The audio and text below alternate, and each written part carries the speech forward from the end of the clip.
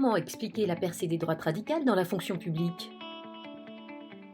Elle peut s'expliquer de plusieurs manières. D'une part, je pense qu'il y a effectivement un vrai problème, notamment en catégorie C, notamment dans certains secteurs comme l'hôpital, comme la police, comme un certain nombre aussi de services régaliens, un problème de ce qu'on peut appeler en sociologie l'anomie, c'est-à-dire une perte de repères, une perte de normes, souvent une certaine forme d'incohérence dans les instructions qui sont données, et je dirais un décalage entre des ambitions républicaines, laïques, je dirais égalitaires, et une réalité où finalement on demande aux services de s'adapter au terrain sans pouvoir avoir les moyens d'imposer des normes collectives réelles à tous. Le deuxième élément, moi je crois qu'il est très important aussi, c'est effectivement du côté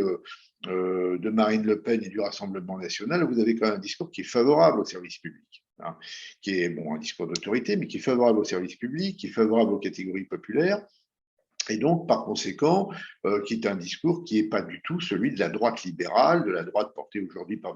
Valérie Pécresse, qui reprend le thème de François Fillon du trop de fonctionnaires, alors que sur le terrain, les moyens manquent, les effectifs manquent. La troisième explication, c'est que vous avez eu quand même, et ça rejoint le thème de la critique des élites, une espèce de fracture interne dans les services publics, ça qu'on voit depuis quand même un certain nombre d'années, entre le sommet de l'État ou les sommets des collectivités. Enfin, c'est un peu moins vrai dans les collectivités, mais quoique, et les agents de terrain. Et je pense que cette idée aussi que dans le fond, il y a une forme d'élite qui, dans le fond, profite du service public, qui est très mobile, qui va d'un poste à l'autre, et de l'autre côté, des personnels qui essaient de défendre une identité de métier, là aussi, ça joue beaucoup dans l'idée que, dans le fond, il y a une fracture sociale à l'intérieur et que l'État d'en haut, c'est pas l'État d'en bas.